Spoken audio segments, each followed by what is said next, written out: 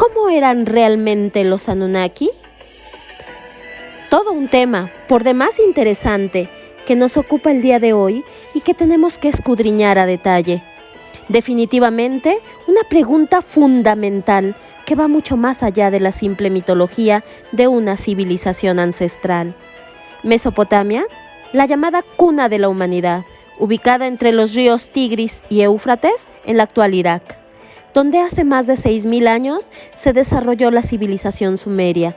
Los sumerios fueron los primeros en desarrollar el primer sistema de escritura conocido e igualmente eran grandes observadores del cielo y sus conocimientos en astronomía dejan aún sin explicaciones a los científicos de la actualidad. También fueron ellos quienes identificaron y asociaron los planetas con divinidades que luego otras civilizaciones relacionarían con Júpiter, Marte o Venus. Incluso los sumerios sabían que los planetas giraban alrededor del Sol, adelantándose en milenios a Galileo o a Copérnico en la teoría heliocéntrica. Asimismo, la verdad es que las tablillas sumerias no hablan de los dioses Anunnakis como criaturas de plasma o solo espirituales o etéricas, sino por el contrario, describen a seres reales, a entidades biológicas físicas, tangibles. Según las ancestrales tablillas en escritura cuneiforme, los llamados dioses venidos del cielo convivían con el hombre, compartiendo sus vidas en las mismas ciudades. Estos seres eran absolutamente físicos, como tú y como yo. Comían, dormían o incluso se reproducían y también morían. Pero los Anunnaki eran una especie extraterrestre de humanoides barbados o era una raza alienígena de reptiles llamados ufológicamente como sauroides. Veamos. Intro, video.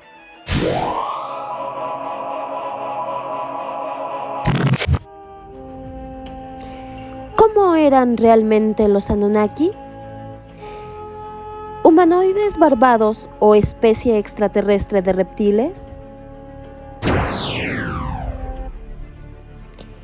Definitivamente, es un cuestionamiento que va mucho más allá de mitos y leyendas, y que desentrañan engaños de la historia y de la arqueología convencionales acerca del controversial y enigmático origen de la humanidad. Como sabemos, la verdad es que las tablillas sumerias no hablan de estos dioses como criaturas solo de plasma o espirituales intangibles, sino por el contrario, nos describen a seres reales, a entidades biológicas físicas, tangibles, definitivamente de carne y hueso, porque según las ancestrales tablillas en escritura cuneiforme, los llamados dioses venidos del cielo convivían perfectamente en la vida real y cotidiana con el hombre, con el ser humano, compartiendo sus vidas incluso en las mismas ciudades. Estos seres eran absolutamente físicos, comían, dormían e incluso se reproducían y también morían como nosotros. Incluso a veces elegían a algunos seres humanos para reproducirse y la verdad es que los humanos o humanas elegidos se sentían muy halagados de poder tener el privilegio de emparejarse con un dios o una diosa, sin poder resistirse a sus encantos o incluso sin poder negarse, puesto que podría significar esto enfurecerlos, con castigos que podrían representar también su venganza terrible. Asimismo, las referencias a que estas deidades, entre comillas, viajaban en vehículos aéreos propulsados, que emitían grandes luces y resplandores, así como estruendosos ruidos que hacían temblar hasta las montañas, claramente es alusión a naves alienígenas u ovnis que causaban asombro, temor, sumisión y adoración sin dudar en estas civilizaciones ancestrales. Los seres extraterrestres Anunnaki eran definitivamente una raza guerrera, con instintos de conquista y poder sin límites. Actualmente, sabemos por los grabados que físicamente en comparación con los hombres humanos, eran hombres muy altos o humanoides, con una altura referida de más de 3.5 metros, y eran también mucho más fuertes. En los múltiples grabados sumerios, los Anunnaki eran representados en forma de cuerpo y cara humanoide, aunque sus rasgos faciales quedaban parcialmente ocultos con sus largas barbas. Sin embargo, es evidente que hay algo que no encaja en todo esto. En las mismas evidencias ancestrales, también eran representados como seres reptiloides, con alas pero con cuerpo humano. ¿Eran acaso una especie que podía cambiar de forma y mimetizarse con el entorno, tal como hoy en día se describen a otras entidades sauroides con capacidades similares como los reptilianos? ¿O será que jugaban holográficamente y telepáticamente con la mente humana y solo los seres humanos los veían en su imaginación como humanoides? ¿O acaso los Anunnaki les prohibieron en sus grabados y estatuas que los reflejaran en su aspecto real y sauroide? ¿Y por qué sería esta prohibición? Si eran tan humanos como nosotros, ¿qué clase de inconveniente habrían tenido en dejarse reflejar tal y como eran? Porque hay que hacer notar que en casi todos los grabados y relieves donde están representados los Anunnakis, observamos siempre y sobre todo 3 elementos muy recurrentes. Punto número 1. Si observamos a detalle los relieves, vemos cómo a dioses, entre comillas, que con su mano derecha sujetan una especie de piña. Para muchos investigadores, como el norteamericano David Wilcott, la piña vendría a simbolizar la glándula pineal, por supuesto, nuestro verdadero poder mental, ya que en ella se encontrarían depositadas la mayor parte de habilidades psíquicas como la videncia, la visión remota o la telepatía, otorgadas a los seres humanos como especie manipulada, corregida y aumentada genéticamente. Según David Wilcott, los Anunnaki sabían cómo estimular dicha glándula para extraer todo su potencial. Punto número 2. El misterioso recipiente que sujetan, llamado el bolso de los dioses, y que según Zecharia Sitchin y otros autores, vendría a ser el recipiente donde depositaban la llamada agua de la vida. Es algo así como un banco de genes o de ADN de la humanidad, mismo que empleaban en sus largos experimentos genéticos, así como otros ADN de numerosas especies, no solo de seres humanos, sino también de animales o incluso de otras especies de origen no terrestre. Punto número 3. Un tercer objeto recurrente que vemos es esa especie de pulsera que portaban las deidades Anunnaki en cada una de sus muñecas y que si observamos de cerca nos recuerda definitivamente a un reloj. En la Babilonia ancestral, los Anunnakis eran nombrados con el término Sir, que significa dragón alado o gran serpiente con alas. ¿Te suena conocido? De hecho, el dios Enki pertenecía a una estirpe familiar llamada la Hermandad de la Serpiente, ya que su madre Nanu, la concubina de Anu, era descendiente de esta sangre. Es importante hacer notar que el símbolo de Enki eran las 2 serpientes enroscadas de un caduceo, que incluso hoy día es símbolo asociado a nuestra actual medicina, pero que también simboliza muchos otros significados herméticos. Entre ellos son 1. La clara naturaleza sauroide o reptiloide de los Anunnaki. 2. La manipulación genética del ADN del ser humano hecha por los Anunnaki. 3. Las serpientes también simbolizan la sabiduría espiritual, el conocimiento y la posibilidad de ascensión del ser humano como especie. ¿Por qué hablamos de la naturaleza sauroide de los Anunnaki? Veamos. Una posibilidad cada vez más contemplada por investigadores de todo el mundo, en vista de que casi todas las culturas antiguas nos hablan de dioses serpiente u hombres lagarto bajados de las estrellas, a quienes se les atribuye la creación misma de nuestra especie, como ejemplos más allá de los dioses sumerios, también encontramos a las deidades prehispánicas de las culturas azteca, maya, centroamericanas o inca en el Perú, como Quetzalcóatl, Kukulcán, Gucumatz y Viracocha, por supuesto, que eran los dioses llamados serpiente emplumada o serpiente con alas, que vinieron de las estrellas y lo mismo eran representados como grandes reptiles alados, o sea, dragones, o también en su manifestación como hombres altos, blancos y barbados, totalmente lo opuesto a la población étnica original y oriunda de Mesoamérica. La genética reptil que lleva el ser humano, según esta interpretación, Debido a que las dos serpientes enroscadas guardan una estrecha similitud con las dos hélices de la cadena del ADN humano, sería todo un sello distintivo para indicarnos que ellos nos crearon o que nos modificaron como especie.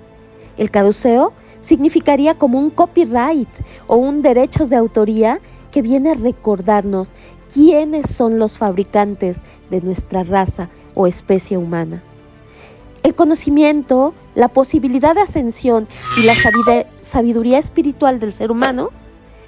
¿Acaso el caduceo es un símbolo de la síntesis del conocimiento y la sabiduría espiritual? Bueno, pues tal y como viene simbolizado, por ejemplo, en el hinduismo, la serpiente enroscada significa la energía kundalini que el hombre guarda en su chakra sacro, es decir, en espera de que ascienda hacia la iluminación total, recorriendo todos los centros energéticos hasta alcanzar el séptimo y último chakra, que es el coronal, el de la cabeza, el de la glándula pineal y que estaría vinculado al nirvana o la máxima ascensión espiritual del hombre.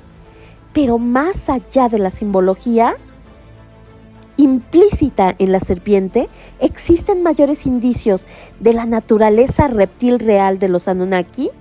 Veamos. Definitivamente la respuesta es afirmativa.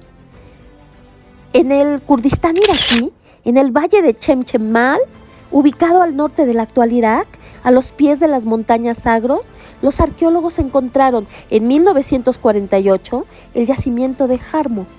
Encontraron los vestigios de una comunidad protoneolítica de una antigüedad que data de antes del 7000 a.C. y que desapareció hace más de 2000 años. Se excavaron 12 niveles. En los últimos estratos se encontraron vasijas de barro y miles de figuritas o estatuillas de dioses sumerios, entre ellas varias representaciones de diosas madres de la fertilidad. Las figuras, aunque mostraban un cuerpo antropomorfo, es decir, humanoide, sus cabezas y rostros no eran humanos, sino más bien zoomórficos, con características de lagartos o reptiles, con ojos rasgados muy grandes, rostros también alargados con hocicos afilados, rasgos de lagartijas, con cráneos alargados en forma cónica y hombros anchos y figura muy estilizada. La diosa reptil es una de las figuras más desconcertantes. Es una diosa madre, claramente, una diosa reptiloide, sauroide, que sostiene un bebé abrazado contra su pecho en pleno proceso de lactancia. Al observar al bebé, vemos que su cabeza también es de reptil y sus ojos son rasgados como su madre, ambos reptiles con cuerpo humanoide. ¿Crees realmente que la simbología de la serpiente y el hallazgo de estas figuras son solo una casualidad o coincidencia? El punto es que ya se han hallado cráneos alargados en varias partes a lo largo y ancho del planeta, que presentan un nivel de deformación y alargamiento craneal que no corresponden con el ser humano, ni tampoco son producto de rituales ancestrales de elongación craneal, pero que definitivamente sí son similares a las cabezas de aquellas estatuillas reptiloides, sauroides, encontradas. Y es que, por ejemplo, en el Museo Arqueológico de Lima y en el Museo Nacional de Ica en Perú, se encuentran expuestos una serie de extraños cráneos que no pertenecen ni al hombre de Neandertal, ni al de Cro-Magnon, ni al Homo erectus, y mucho menos al Homo sapiens sapiens actual. Nos referimos a los ya famosos y sumamente investigados cráneos de Paracas, que son cráneos de tipo dolicocéfalo, con cuencas oculares inusualmente grandes y una mandíbula muy ancha, con un mentón saliente, cuyo resultado, tras años de investigación exhaustiva multidisciplinaria, arrojó que algunos no contenían ADN de ningún ser biológico registrado en este planeta.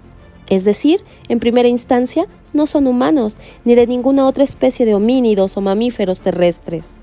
Los detractores siguen empeñados en asegurar que estos cráneos son humanos y que estas deformaciones forman parte de rituales de ciertas culturas antiguas que hacían para parecerse a los dioses. ¿Pero a cuáles dioses específicamente querían parecerse al tratar de alargar y deformar sus cabezas? Indefinidamente, los debates continúan, pero los resultados de investigaciones vuelven a arrojar una y otra vez postulados totalmente diferentes. Pero, ¿Qué es la elongación ritual craneal en las culturas antiguas y cómo se hacía? Bueno, son las prácticas rituales de deformación y alargamiento craneal que se remontan a civilizaciones ancestrales como el antiguo Egipto o a los mayas del sureste de México y de Centroamérica, entre otras. Para este fin, utilizaban tablas de madera o cintas de cuero que colocaban pegadas al cráneo desde el nacimiento. Obviamente el niño sufría una compresión craneal constante que podía efectivamente deformar su frente, los laterales y la nuca. Al llegar a la edad adulta, su cráneo obviamente estaba claramente alargado y deformado en su afán de parecerse a sus deidades provenientes del cielo. Pero aclaremos un detalle que convencionalmente no se nos aclara, que obviamente sí se puede alargar un poco y deformar ritualmente un cráneo humano. Eso es indiscutible. Pero lo que resulta imposible es modificar la capacidad craneal en centímetros cúbicos.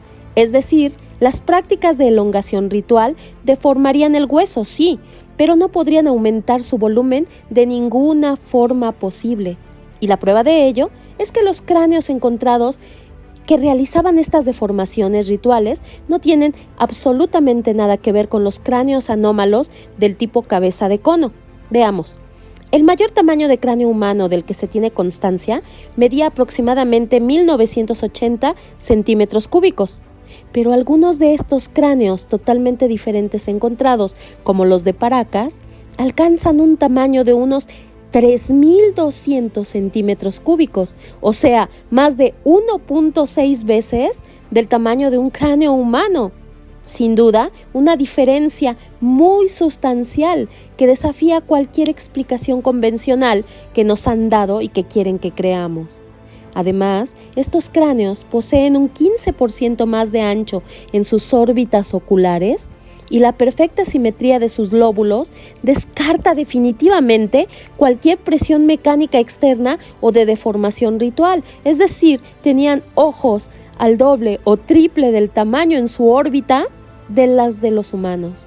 Obviamente, la conclusión a la que se llega es que no pertenecen a ningún ser humano y sus cráneos alargados son naturales de su especie, no son deformados con elongación ritual de ningún tipo, pero en cambio guardan un gran parecido con las cabezas de los Anunnaki expuestas en las anteriores figuras encontradas y que coinciden absolutamente con los antiguos textos sumerios y acadios. También, según el testimonio y declaración del investigador suizo Nassim Haramein, experto en física, estos cráneos a los que denomina cabezas de cono pertenecen a los antiguos Anunnaki y constituyen la prueba fehaciente de que definitivamente no eran humanos. Algunas fuentes sugeridas, como los libros Las Crónicas Anunnaki de Zecharia Sitchin, Edén, La verdad acerca de nuestros orígenes de Anton Parks o La llegada de los dioses de Erich von Däniken, son muy buen complemento y aporte para ampliar este tema del presente video. Asimismo, hay que comentar que para el escritor francés Anton Parks, el autor de las Crónicas del Girku, el siguiente sería el verdadero aspecto de los Anunnaki. Son auténticos reptiloides de cráneos cónico y grandes ojos de un amarillo refulgente, según la cita. Muchos dudan o incluso piensan que el relato extraído de las tablillas sumerias no es más que un conjunto de mitologías, de leyendas o de ficción, porque la verdad es que la ciencia y la arqueología oficiales o convencionales conciben a estos dioses solamente como seres surgidos de la imaginación prolífica de nuestros ancestros. Pero entonces surge la gran pregunta, más allá de lo que nos dicen o más allá de incluso de lo que denostan, si toda esta historia no es más que pura leyenda, más que pura ficción, ¿por qué entre el 10 y el 14 de abril del 2003, en plena invasión de Irak, el ejército de los Estados Unidos entró específicamente a saquear el Museo Nacional de Antigüedades de Bagdad? ¿Por qué llegaron directamente al sitio a extraer o eliminar específicamente objetos de valor histórico? ¿Por qué el 80% de los 170,000 objetos que albergaba el museo fueron sustraídos y o destruidos? Eran tablillas sumerias, tesoros y estatuillas que nos hubieran revelado mayores detalles de la historia prohibida. Pero fueron destruidas o extraídas y muchas fueron llevadas al Instituto Smithsoniano de Estados Unidos. ¿Por qué? Eso no es todo. Durante el saqueo se produjo un incendio supuestamente accidental en la Biblioteca Nacional de Bagdad, que también coincidentemente destruyó archivos de incalculable valor histórico. Si son solo mitos y leyendas, ¿qué ejército entraría en dicho museo volando la entrada con un tanque para no dejar huellas de estos vestigios? ¿Por qué? ¿Para qué? Y sobre todo, ¿por qué nos lo ocultan? Es para pensar, ¿no crees? ¿O tú, qué opinas?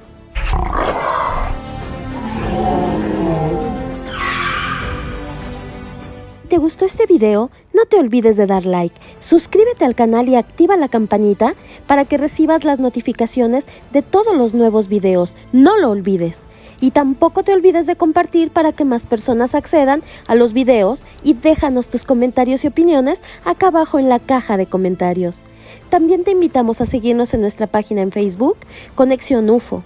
Asimismo, te invitamos cordialmente a unirte a nuestros grupos también en Facebook, Conexión UFO y Grandes Enigmas Ancestrales, y Arqueología Paleocontacto y Conexión UFO. Te dejamos todos los enlaces en la descripción del video. Comparte, comparte, comparte y únete a nuestra comunidad. Te estamos esperando. Hasta la próxima, amigos.